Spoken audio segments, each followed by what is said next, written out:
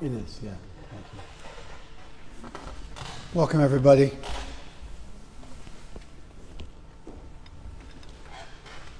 Today is Ram Navami. It usually in India gets pronounced Ram Navami. It's the 9th day, so 2 days from now will be Ekadasi. And so usually when we're celebrating a day, we celebrate it based on its lunar calendars. It's Gaur Purnima, or it's Vamana Devadasi. It's always named after what day it is in the lunar calendar. There's 15 days in the lunar calendar as the moon's getting bigger, and then 15 days as it's getting smaller. So we're on the 12th day.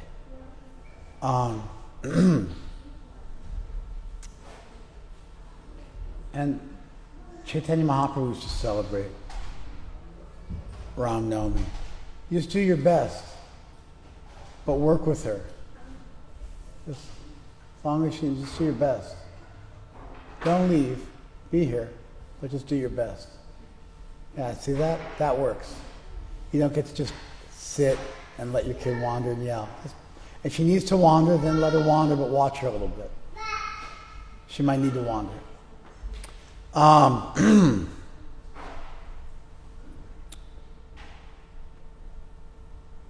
This day was celebrated by Chaitanya Mahaprabhu and his associates. It's been around for a long time. And so there's kind of a standard protocol you follow. Generally you do an abhishek of the deity.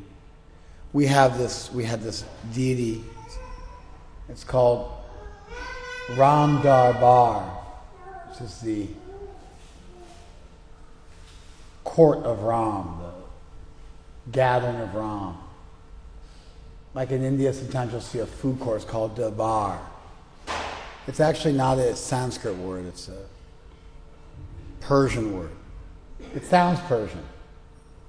Darbar, so food courts will be called Darbar or Dabar. It's kind of shortened. Just like Navami gets shortened to Naomi, so Darbar gets shortened to Dabar. And it's Ram with Sita on one side, and then Lakshman on the other, and then Hanuman in front. And sometimes you'll get extras. Sometimes, you'll get Bharat will be there. There will be another human figure. Or sometimes you might get Vibhishan or something like that will be on there as well. It's a kind of a deity. So just like we worship Radha, Krishna, or Gaur Nitai, sometimes you worship Ram with all these associates. We worship Ram at our temple in Mumbai and also in Washington, D.C.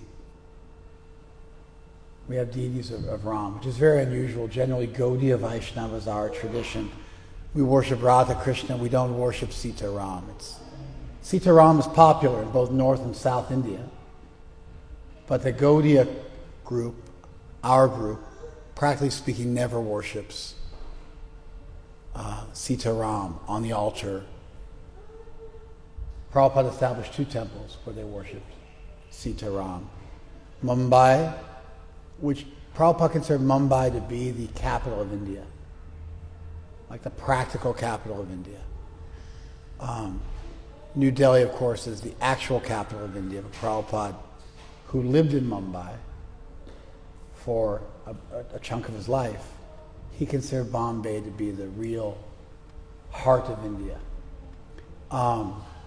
So he established Sita Ram, Lakshmana, Hanuman there, and also in Washington, D.C., which was the capital of the U.S. It gives you a little bit of a sense of why he might have done that.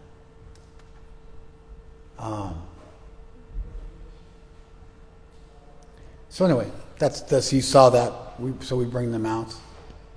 I think they came from Sachimata's house, Adya Prabhu and Sachimata's house, and we bring them out to everybody gets a darshan, because people like to see Sita Ram on this day.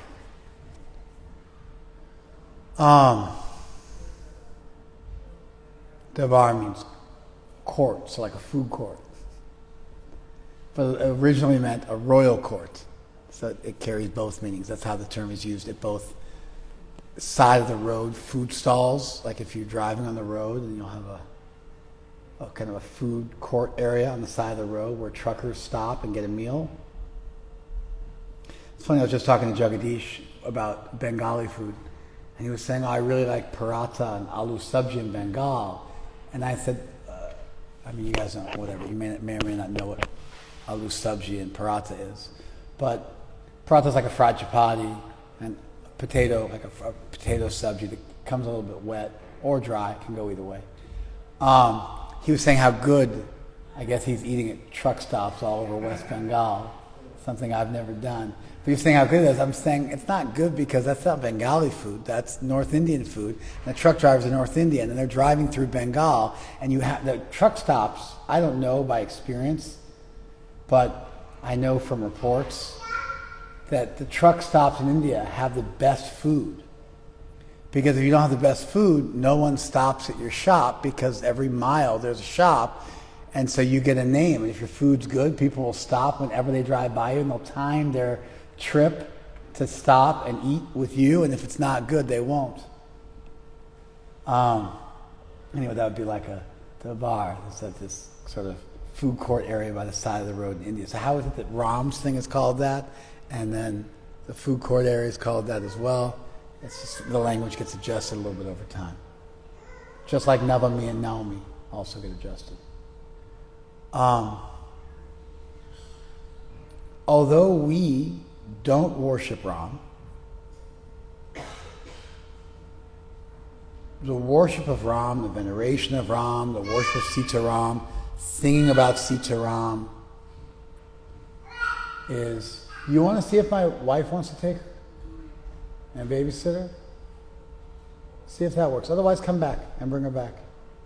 Yeah, that bottle will probably help the situation, sure. And a blanket too.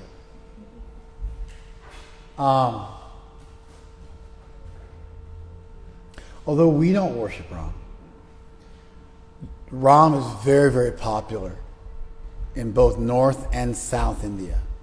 The Sri Vaishnavas, which is a community of tens of millions of Vaishnavas in South India, they worship Lakshmi Narayan and they worship Sita Ram. Those are the two primary forms they worship. There's a little bit of Narasimha worship, a little bit of Varaha worship, but primarily it's Sita Ram and Lakshmi Narayan. In North India, the worship of Ram is also extremely popular. So one of the reasons why Ram Leela is so popular is there's a text called the Ramayana, the journey of Ram, the Ramayana. And there's two Ramayans. There's the Valmiki Ramayana, which is a multi-thousand-year-old text about Ram's pastimes. And then there was a Hindi adaptation of that, which was written about 5 centuries ago. And that's called the Tulsi Ramayana. It was written by Tulsidas. So there's the Tulsi Ramayana in Hindi. It's a recent text, about 5 centuries old. It's written in Hindi, it can be sung, and it's really popular because lay people who don't know Sanskrit can read it. And then there's the older Ramayana, which is actually also written in very simple Sanskrit, like the Gita, the Mahabharata, and the Ramayana. They're all written in extremely simple Sanskrit. Like, within a couple of years, you can read those texts if you start studying Sanskrit. There's some of the first texts you'll be able to study. There's other stuff which is way more complicated, which takes way more study. But the Ramayana is fairly easy. So this Ramayana, both the older version and the newer version, especially in North India, that newer version, they popularized the teachings of Ram, and it's very customary in the village, just like it used to be customary that you would build a fire. If you've ever been camping, what you do at night when you're camping is you build a fire, and then you sit around the fire and you talk and relax, stay warm, and you also just look at the fire. The fire itself becomes almost like a television that you look at as it dances into the night and mingles with the night and the different colors and the flames licking up into the air. Does anybody ever go camping? Did you ever do this? I don't know what camping's like in California now. You might not be allowed to build a fire or whatever, but it used to be like that was what you would do for entertainment. You would watch a fire. So, and it was much more communal. It's much more social and interactive than what people do nowadays, which is zone out in front of a TV screen, or a computer screen, or a phone screen. It just keeps getting smaller. Actually, it vacillates. It gets smaller and it gets bigger. The iPad is like the pendulum swinging the other way, and it gets bigger and smaller and bigger and smaller, back and forth. In India, people get together in villages at night, and sometimes also in the morning time, and they'll do these Ram Kathas. They'll do these Ram Leelas. And they'll hear the story of the Ramayana, and different speakers will travel around, like a pious version of a carnival or a circus. The speakers will come along, and there'll be some people who do some kirtan, and then the speaker will recite Ram Leela. And because it's so culturally normative, the whole village will show up. You'll have tens of thousands of people gathering for these Ram Leelas. And then they'll just sit with rapt attention for 2, 3, 4 hours. Sometimes they go big and they do a Saptaha, 7-day. That's usually the Bhagavatam, a Bhagavat Saptaha. Sapta means 7. And then they'll do 7 days of listening to the Bhagavatam to glorify the original story of the Bhagavatam that took place over 7 days, where Parikshit Maharaj heard from Shukadev Goswami for 7 straight days while fasting from both food and water and sleep. And so they'll meet together in the morning and the night for 7 straight days, and usually that'll be for 3 or 4 hours, twice a day. So they'll get up in the morning and they'll listen, they'll go to work, and they'll come back from work and they'll listen again. And people travel around and they do these Ram Kathas, these Bhagavat Kathas, or these Bhagavat Saptahas for 7 days. You must have, where were you? Where did you grow up? Which place? Pune. You're from Pune? No, Baroda. When you were a child, did you go to these Bhagavat Kathas and these Ram Leelas? You went, right? How many hours? 6 hours. It's like no joke. It's no joke. And people just sit and they just camp out and they hear these stories, and they'll hear them over and over again throughout their life, the same story. And it's a religious observance, it's purifying, and it's part of the fabric of Indian spirituality, that you sit and you hear the pastimes of Ram and Krishna, primarily.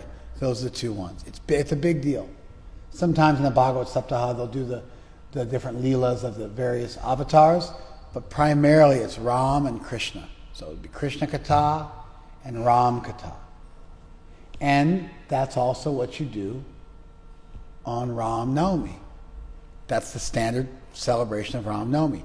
You do the whole pastime in one sitting. So you get together, you do some kirtan, then you hear the whole pastime, and then you're supposed to, from hearing the Leela, you're supposed to learn certain life lessons. It's supposed to speak to you through space and time. And you're supposed to find inspiration in Ram Leela and Krishna Leela. And it's supposed to soak in and sit with you and become part of how you view the world. It's also exciting. Ram Leela and Krishna Leela gets really exciting. If you're young in your spiritual life, the exciting things are the battles and the demons that appear. And it's if the storyteller does a good job, they get really dramatic sometimes. The storytellers will yell and scream and cry and break into song. And it's a whole thing. It's a show. And vicariously, you drift off and you feel like you're right there. And you're witnessing the pastime yourself and you feel some transcendence.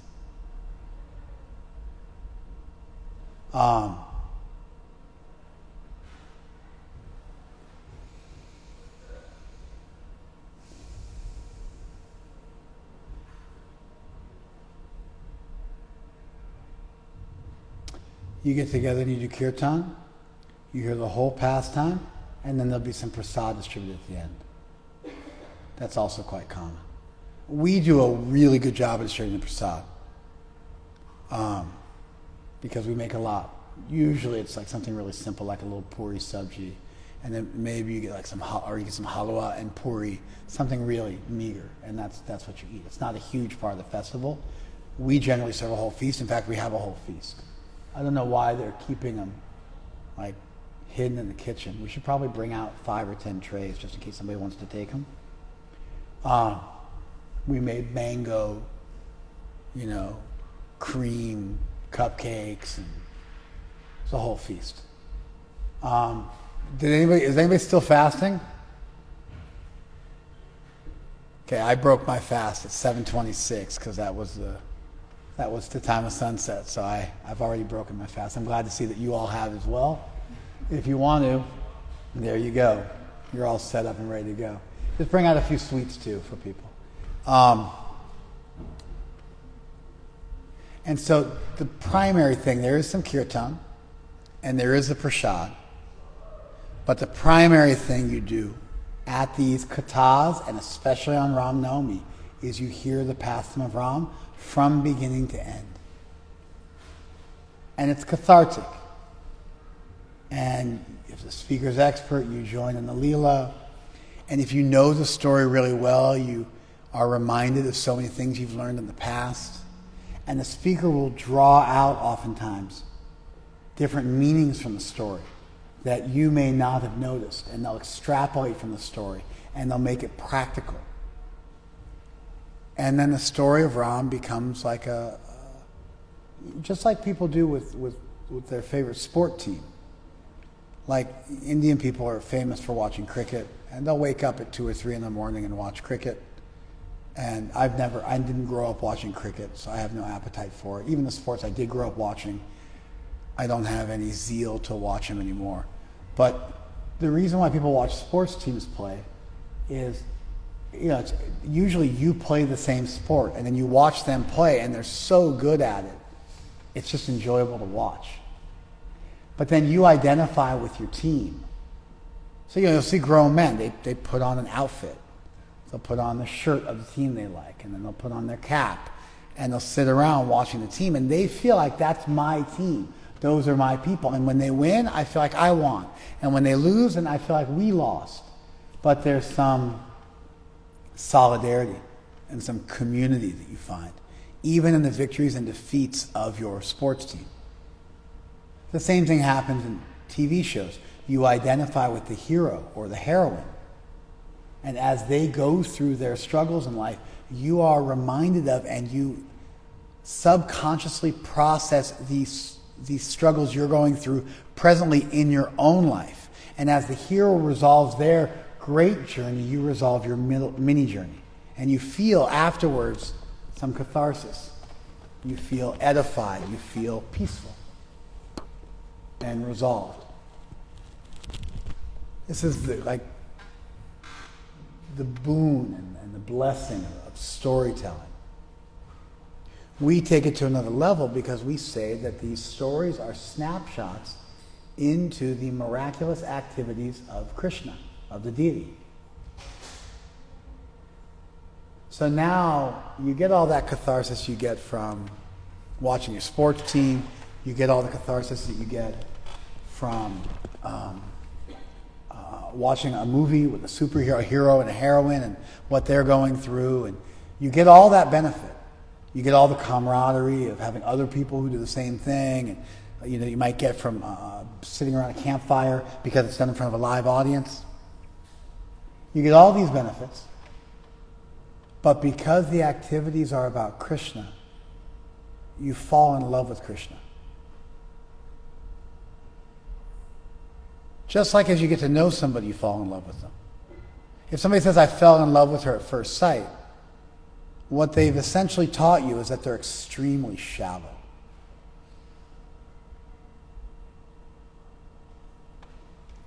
You follow?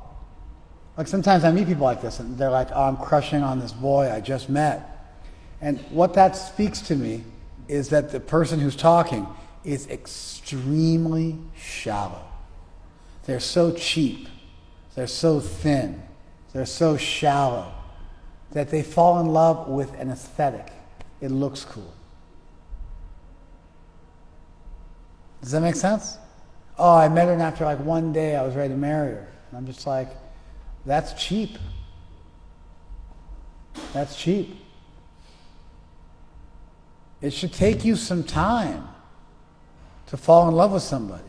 If it doesn't, you are immature. And if you talk about it like you think it's cool, then you're just publicly, shamelessly immature. Did you follow that? Like if somebody urinates on themselves and they're like, hey, look what I did. It's very immature. It may happen, but you should not be,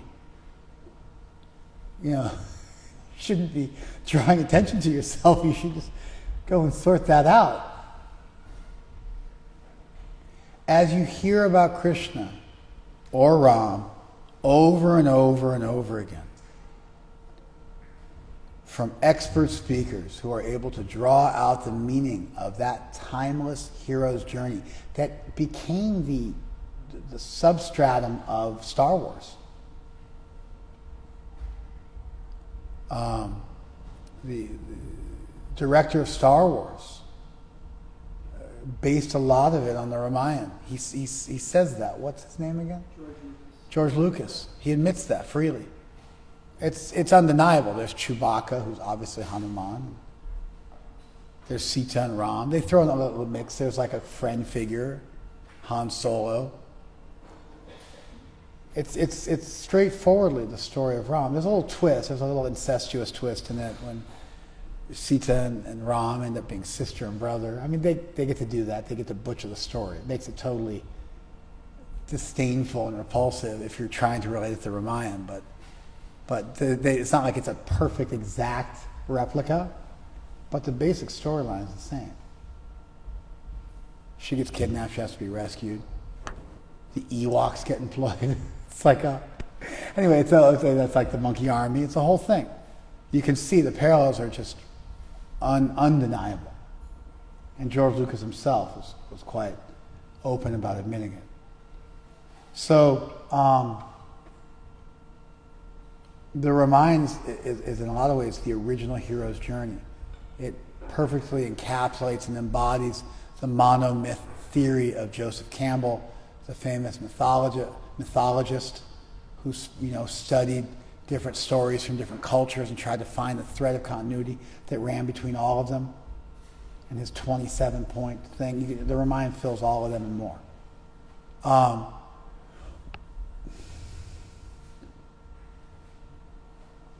There was a beautiful anime version of it that was done in Japan maybe 30 years ago that I saw when I was 18 or 19 years old. I probably watched it 50 times. It's really special, really sweet. You grew up watching it, right? Japanese one, Roddy? You were spacing out? That's all right. Forget I asked. You grew up watching it, right? It's really nice, isn't it? Yeah.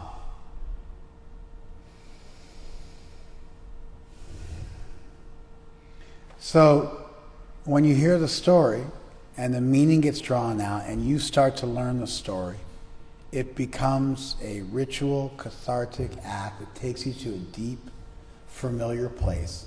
And you go to that place with other people and it transports you.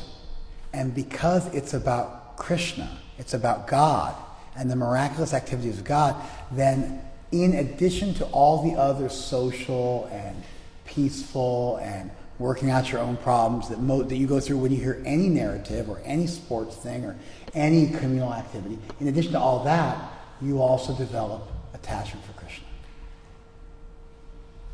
Because you start to hear about Krishna and his qualities come through.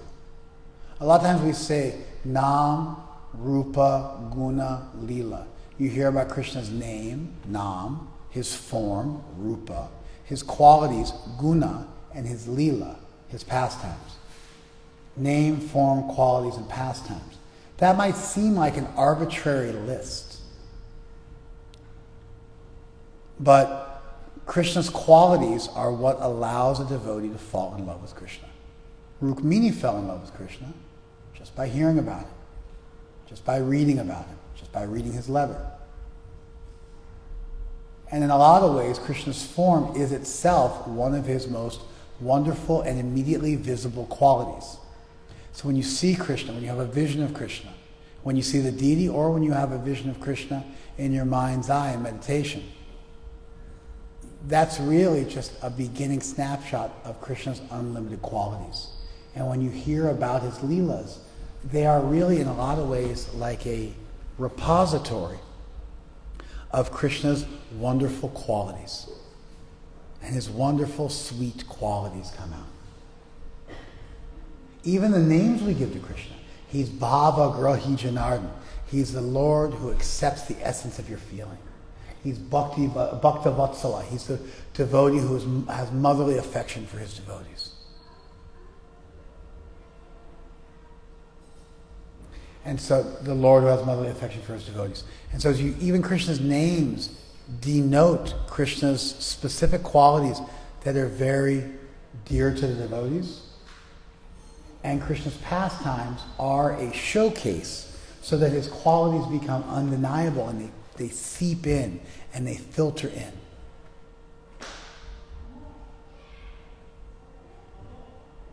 You know, if you want to have an equivalent, it would be if Christians got together and talked about the story of Jesus every day.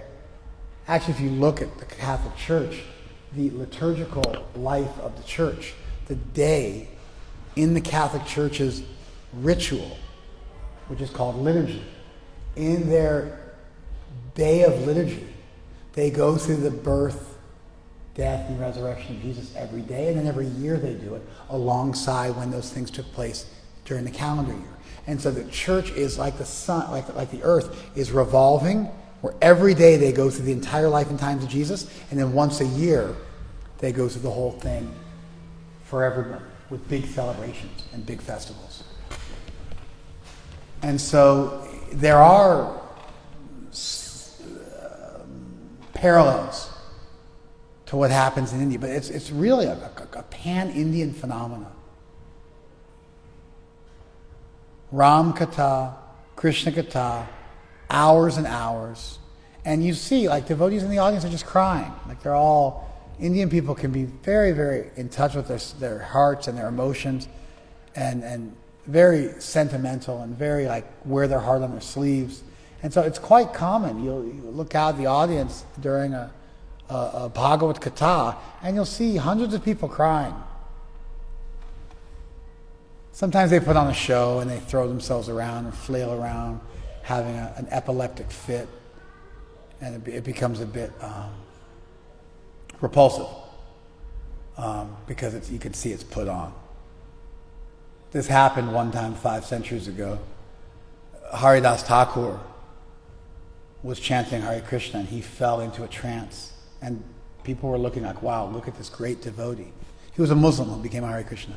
And people were looking at him and saying, what a great devotee. And then somebody else saw, oh, just see, like how much accolade he's getting by these displays of emotion. I'll do the same thing. And so then he started throwing a fit, and then people just started kicking him and smacking him.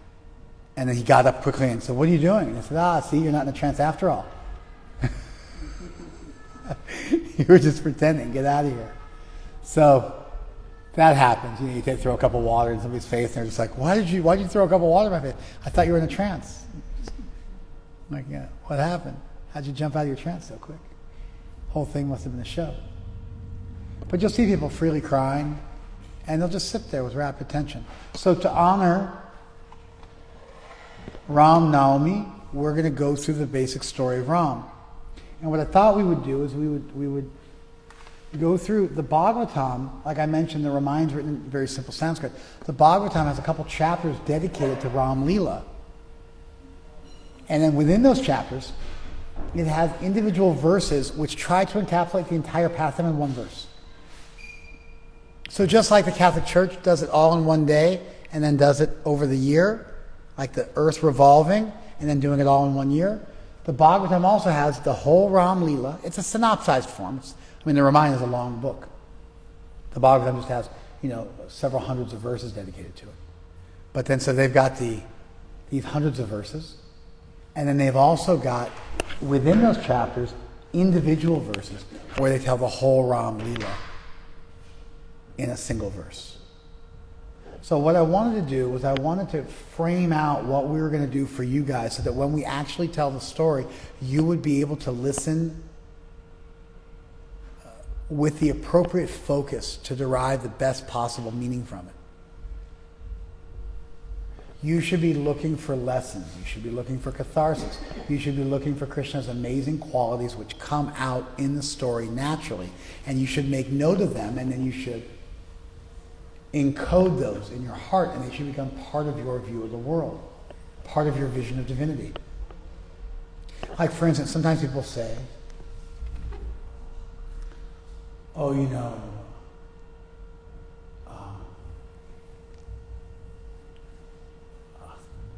people say, I prayed to Krishna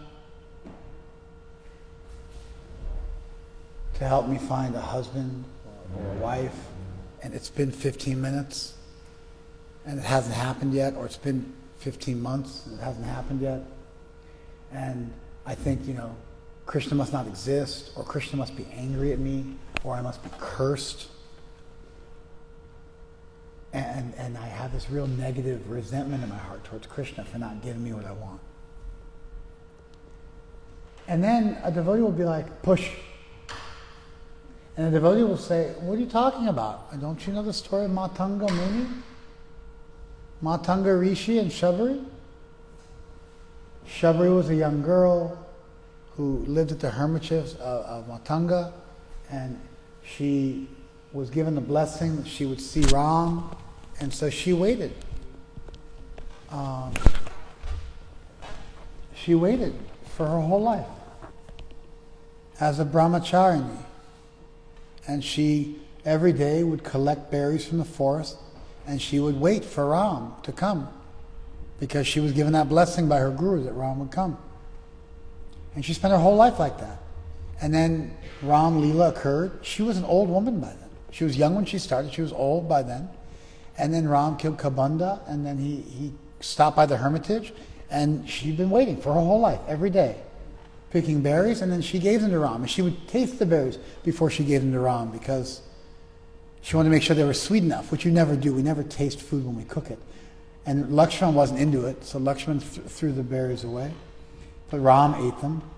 The folk story is that Lakshman threw the berries away, and that was an aparad. And so then those berries went in the Himalayas, and they became the Sanjeevani herb. And then when Lakshman was knocked out by Indrajit's thunderbolt, and he had to be revived by the Sanjeevani herb from the Himalayas that Hanuman brought, that was the original berry grown into the herb that revived him, and he was able to reconcile his offense towards this great devotee. There's whole little stories within stories. That's more of a folk tale. The second half of that is more of a folk story. I don't necessarily want to ascribe some aparad to Lakshman per se, Ram's younger brother. But some people think, and then they'll go, what are you talking about? Look, Shabari, Ram came for Shabari. What do you like? How can you doubt Ram? And then if you actually have some faith in the Leela, then you'll think, yeah, that's right, Krishna will come for me also.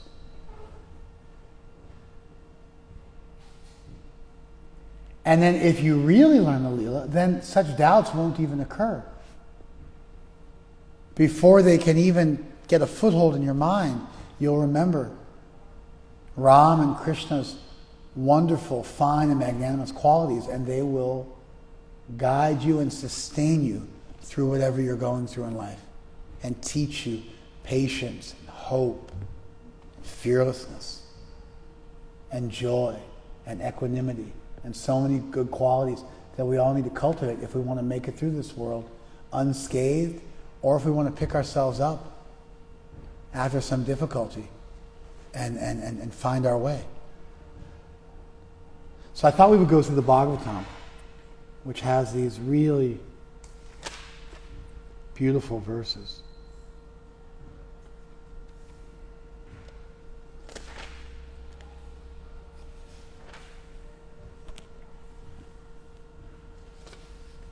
All right, here we go. Yaloka Vira Samitao Dhanur. Okay, so within the assembly of kings, and heroes, Dhanur Aisham Ugram Sita Swayambara Grihe Trishakta Upanitam. Within the assembly of heroes, amidst all the heroes, at the Swayambar of Sita, Ram's consort, there was a bow which was so heavy that it could only be carried by 300 men. You follow? Adaya Bala Gaja Lila Ivek Shao Yashtim Saji Kritam. Ram, like a baby elephant picking up a piece of sugar cane, picked up that bow and broke it while stringing it easily. There was a bow, it was so big it couldn't be carried by 300 men. It was the bow of Lord Shiva. And it was said that Sita would only marry someone who could pick up that bow and string it. But 300 men couldn't pick it up. And then a bunch of heroes came and none of them could pick it up. And Ram picked it up the way a baby elephant might pick up a stalk of sugarcane and break it. And then while he was stringing it very easily, he broke it. I forget being able to string it. He broke it. You follow? Did you guys follow this? Super far out, right?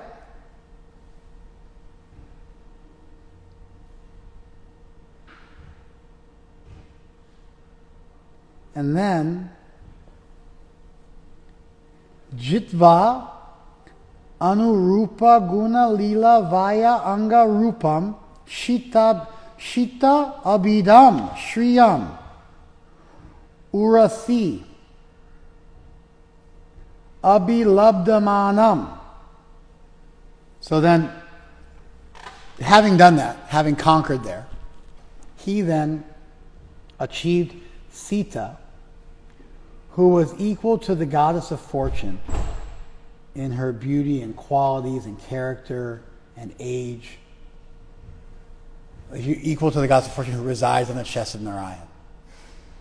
So just like Narayan and Lakshmi are together, Sita and Ram were brought together. And the comparison between Ram and Narayan and Sita and Lakshmi is made here. You follow this?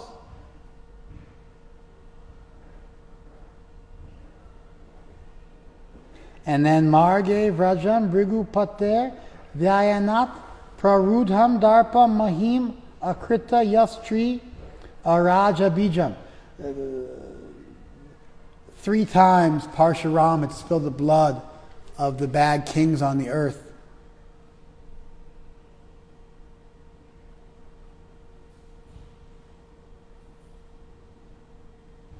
And he defeated him along the path because Ram met Parshuram and they fought, and then Ram defeated him. So that's another kind of important story. And then here's, that's one verse. Here's another one.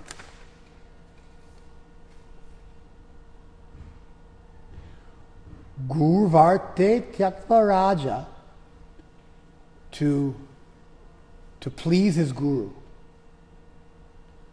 Ram gave up the kingdom, Vyacharat anuvanam padmat pabhyam priyayai.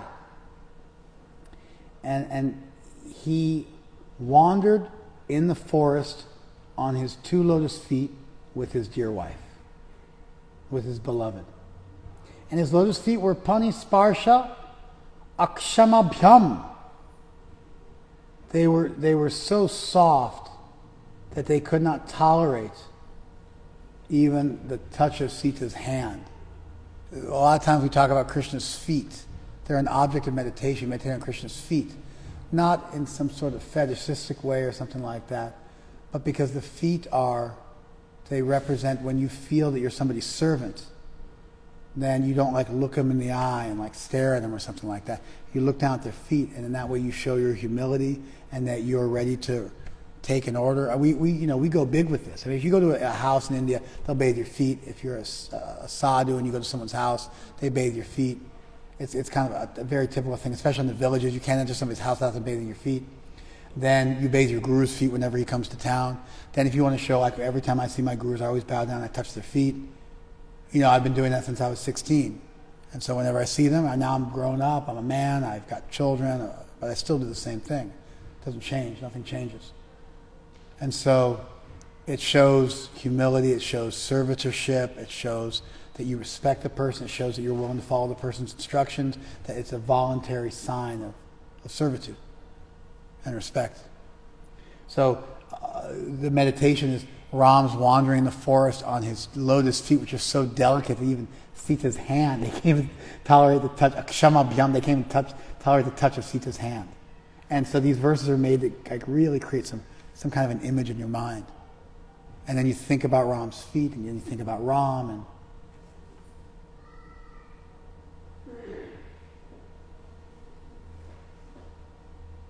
Mrijita Pata Ruja Ya Hadi Indra Anuja Bhyam. So his fatigue was diminished by his younger brother, who was also traveling with him, Lakshman. And then Vairupyat Suparnaka Priya Viraha Rusha Aropita Bru Vidramba. They disfigured Suparnaka, and then he was separated from his wife. And then in anger he began to move his eyebrows. Chashta Abidhi Badasetu. And then fearing, he got angry. When somebody gets angry, they furrow their brow. Fearing that, the ocean agreed to let a bridge be built. Kaladava Dahana Koshala Indra Avatatnaha. And let that Lord who killed Ravan, who was like a forest fire, let that king of Ayodhya, let that king of Koshala, let him please protect us. So this is the skeleton of the Ramayana. So it's Ram went to the Swayambar of Sita. He broke a bow that could only be picked up by 300 men, like an elephant might pick up a piece of sugarcane and break it. And then he married Sita, who was like Lakshmi Devi personified. And then defeated Parshuram. And then to keep the order of his father, he wandered in the forest with his dear wife on his lotus feet, and his fatigue was diminished by his younger brother who accompanied him. And then, because he disfigured this demoness, his wife was stolen away from him. And then he went to the ocean, because she was carried across the ocean, and he got angry and looked at the ocean angrily. And the ocean was so afraid it allowed a bridge to be built between Sri Lanka and South India. That's usually what they think it is. And then he went and killed Ravana, who was like a forest fire. You can't kill a forest fire. You just have to let it burn and weaken. It's too much. And then may that Supreme Lord who did all those wonderful things protect us. And that's really the core of the Ramayana in poetry, with the baby elephant and the soft lotus feet that can't tolerate the touch, and the furrowing of his eyebrows and the fearful ocean. It's like that's the whole the basic story of the Ramayana. And a little bit about to keep the order of his father intact. He wandered in the forest and gave up the kingdom. It teaches us something about renunciation. It teaches us something about attachment to good people and renunciation from bad. But let me just tell you the whole Ramayana story. Ram was Krishna incarnate in this world a long, long time ago. And he came into this world to show people how to behave properly. And he behaved like a human being. Now, could an omnipotent, all-powerful Supreme Lord come into this world incognito and behave like a human being? Of course, that's the meaning of omnipotence. We don't normally think of this. We think if we saw God, like we would just fall on the ground and like we would sort of like burn to ashes or something like that. But there's no reason why an omnipotent Supreme Lord to uplift the world and teach some lessons couldn't appear in this world in a miraculous spiritual form, and that's what Ram was. And so then Ram's father made a mistake. He got married multiple times, which was kind of common amongst the kings of that time. And he had a wife, her name was Kaikeyi, and she was his youngest wife. And she had helped him out in a difficult time in his life when he was undergoing some tribulation. He said, I'll give you a benediction, I'll give you a boon. So then Ram was his favorite son. He was the oldest son. He was going to be crowned as the Yuvaraj, the heir apparent, the next to the throne. But then there was a mantara, which means mixer. She mixed things up. There was this kind of evil woman who came and polluted Kaikeyi's mind and told her that Ram's going to kill, his younger brother, Bharat. There are 4 brothers. And so you have to go and take that boon and make sure that Bharat is crowned as the king and not Ram. So then Dasarath said, no problem, I'll do that. I gave you my word, I have to keep my word. And so then he said, Ram, Kaikeyi wants your brother to become the king and not you. And Ram said, okay, no problem. And even Dasarath was okay with it. But then Kaikeyi, her mind had gotten really mixed up by mantra. And so which teaches you something about the importance of good association. And so she was thinking really politically. And she said, because Ram could raise an army and take over. He might agree now, but maybe he won't in the future. She's thinking that he's like she is. Sometimes you get in trouble. If you're a good person, you think other people are good people, and then they end up not being as good as you thought they were. And it's this point you think, I'm so surprised. Why would you behave like that? Because I would never behave like that, so why would you behave like that? But the opposite is also true. If you're a very deceptive, duplicit person, then you think everybody else is deceptive and duplicit like you, and you're paranoid because you're not such a good person.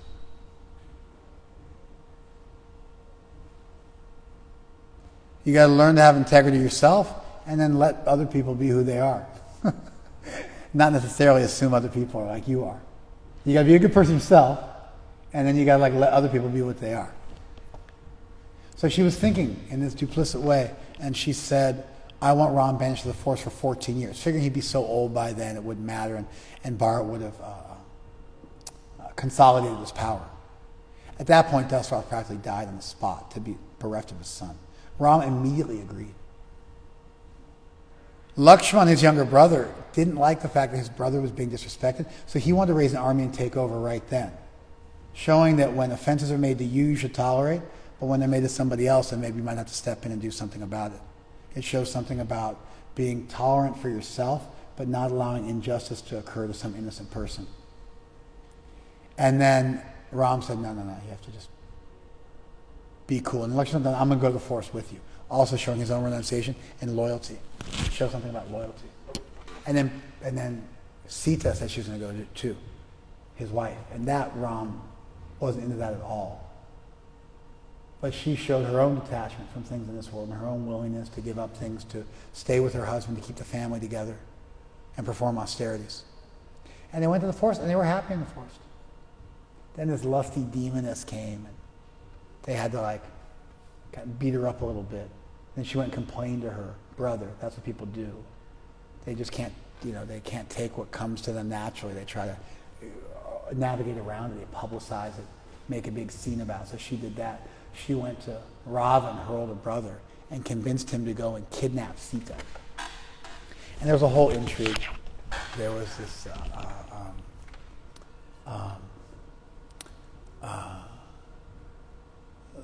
Ram and Lakshman had to go out every day to collect fruits and roots, and they waited till Ram and Lakshman were gone. And then while they were gone, then Ravan came, and he tricked his way into kidnapping Sita. And then when Ram and Lakshman got back to the hermitage, they saw that Sita was gone. And Ram was suffering. Teaches you something about how intense romantic attachment can be. It's also, Ram and Sita are kind of like Radha and Krishna. And so as we hear about their love for one another, we fall in love romantically with Ram. In fact, great monks hear Ram's pastimes and they want to be, they love Ram romantically. But because Ram had an ekpatni brat, he only had one wife, then they take birth, and they take birth in Krishna Lila, and they become Krishna's consorts. They're called the Dandakaranya Muni Gopis. They are the Munichari Gopis. They are the gopis who in their previous lifetime were sages. They saw Ram, they had a vision of Ram, and they felt romantic love for Ram, and then they took birth in Krishna Lila and became gopis. So even there's some connection between Ram Lila and Krishna Lila that's put forward by our tradition.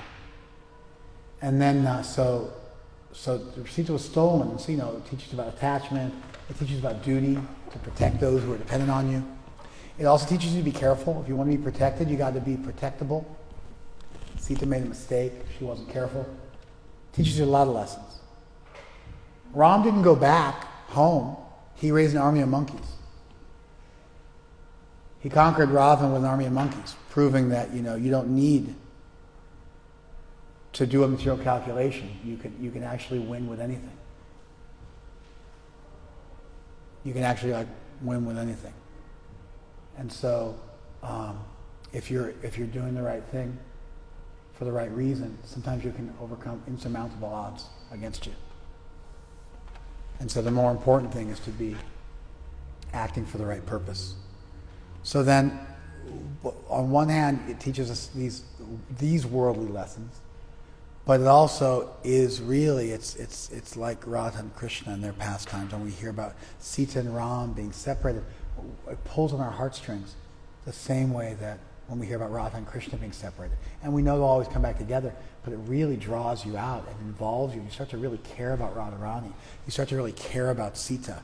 And it pulls you out of your attachments to all the trivial things of this world, which are going to be gone in a few minutes.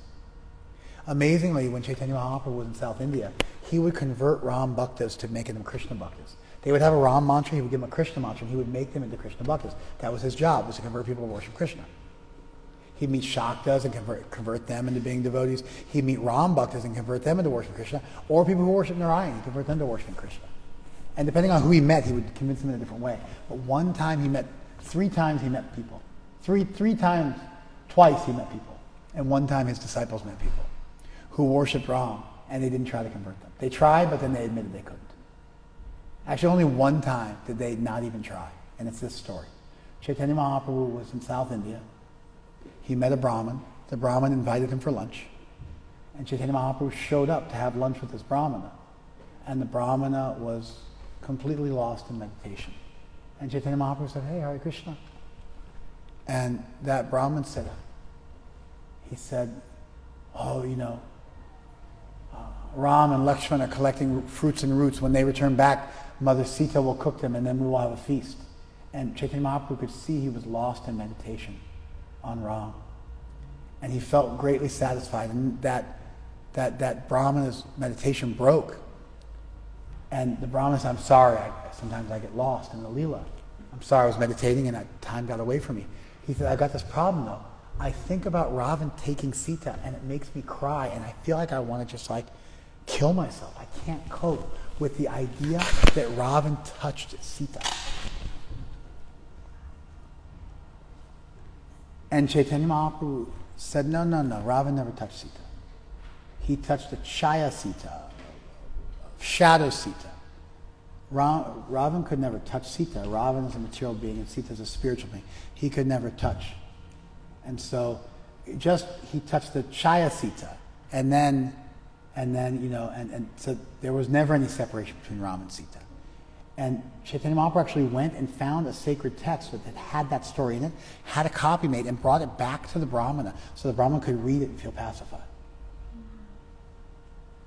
This shows the importance of scripture in our tradition. It also shows how careful our lineage is to work out all these details. So within the meditative life of a devotee, all these details become streamlined and worked out so you can have a continuous, peaceful meditation. It also shows Chaitanya Mahaprabhu never tried to convert this Brahmana because he was so lost in that Leela. And that Leela was so sweet. And it was so filled with bhava and emotion that it was close enough to Krishna Leela where it was okay.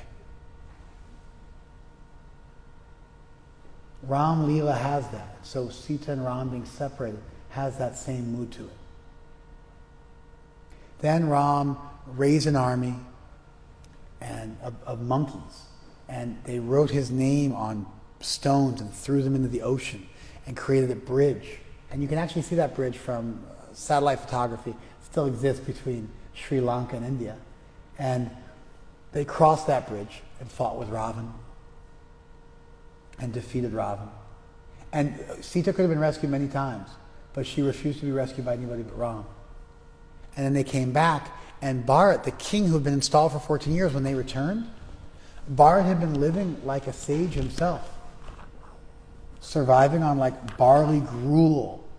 And he had Ram's shoes on the throne, and he administered the kingdom, but never sat on the throne himself.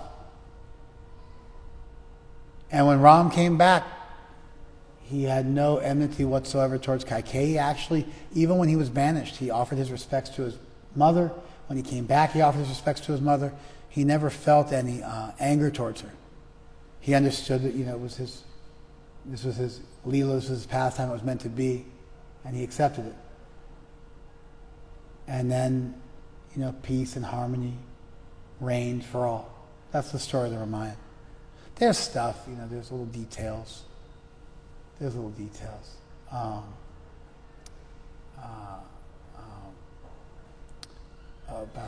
Anyway, there's so many details that are there in the story as well, but that's the rough cut. Hanuman and Sugriva came in at a certain point, and Vibhishan came in at a certain point, and Bali had to be killed, and Jatayu had to have his funeral done, and there's Lanka burned, and there's a whole bunch of stuff that had to happen. And there's an Agni Pariksha that occurred also, trial by fire. There's so many details that I left out for various reasons, but that's the core of the story. And so now when we read this, Ram went and fetched Sita, broke the bow, and then defeated Parshuram, and then to keep his father's kingdom intact. He left for 14 years, accompanied by his wife and his younger brother, with his delicate lotus feet, wandered in the forest, and then and Sita was kidnapped, and he built a bridge across the ocean, rescued her, and may that Lord Ram, who never forsook his devotee, who never forsook Sita Devi, who kept his commitments, may that Lord Ram, who always keeps his commitments, also protect us. That's the Ramayana. So, we have 3 minutes left. Because I see Jagadish getting edgy. I don't want to make him get up and be rude. What are 10 things we learned from the story? Quickly. 10 things we learned from the story. Yes? A good association, like the story from Kaikeyi Mantra. The harm of bad association, right? And the value of good association. That would have been Lakshman, Sita accompanying Ram. Okay, good. What else do we learn? That's 1. Yes? You have to be protectable to be protected. That's right. You got to be protectable to be protected. It's an important point. We all have to learn that. Yes? Ravana disguised himself as a holy man to sneak into... Okay, I didn't tell that, but that's definitely there in the Leela. We can break loose from my synopsis. Ravana pretended to be a holy man, and so sometimes holy people end up being, just because you dress like a holy person doesn't mean you actually are a holy person. That's number 3. Doesn't have to be materially calculated. You don't always have to calculate everything materially. Krishna will make up the difference. Just like Ram was able to conquer over Lanka with an army of monkeys against like the most advanced, army on the planet at that time. Respecting and following the orders of your elders. Yeah, having respect for your elders, right? Lakshmana respected Ram. Ram respected his father, right? Absolutely. Good. Yeah. The way that you see others is a reflection of your own. That's right. Kaikeyi saw everybody as being duplicit because she was duplicit. Ram saw the goodness in everybody because he was good. Good. More. Somebody hasn't spoken yet. Varangi. Being able to let go, just like Ram was detached enough to walk away from his kingdom. We have to let go in life. That's on the menu. We either let go kicking and screaming, or we let go gracefully when it's the appropriate time. We allow ourselves to be carried in that divine current through life and beyond. The art of letting go. The art of detachment. Excellent. Yeah. Somebody already mentioned just the point of loyalty, how they Ram left. No. Loyalty in what teaches loyalty? Ram left and Sita and Lakshmana with him. Yeah, that's there, right? Ram was respectful of his father, but Sita and Lakshman were loyal to Ram. And Ram was loyal to Jatayu, and Sita was loyal to Ram, and Ram was loyal to Sita. The whole story is filled with loyalty. Ram literally moved heaven and earth to save Sita. Sita could not be defiled because she was so chaste to Ram. Jatayu gave his life for Ram. Ram performed a vulture's funeral rites because of that loyalty and showing his own loyalty. Lakshman followed, Sita followed. The whole story, loyalty is this kind of leitmotif which runs its way through the whole story. People with integrity being loyal to one another.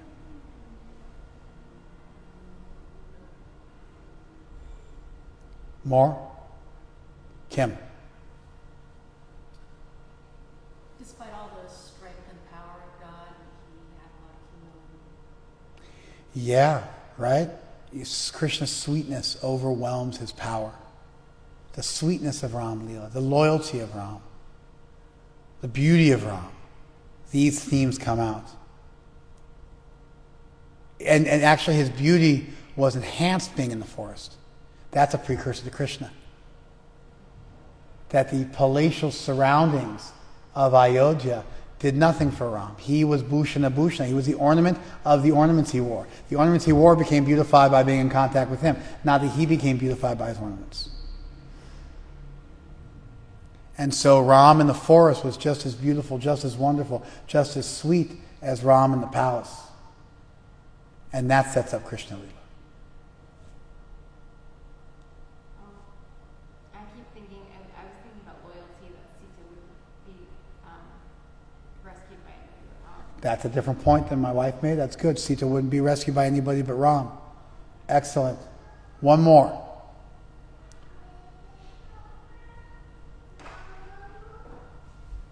Anybody else who hasn't spoken yet? Okay, Kalpesh, number 2.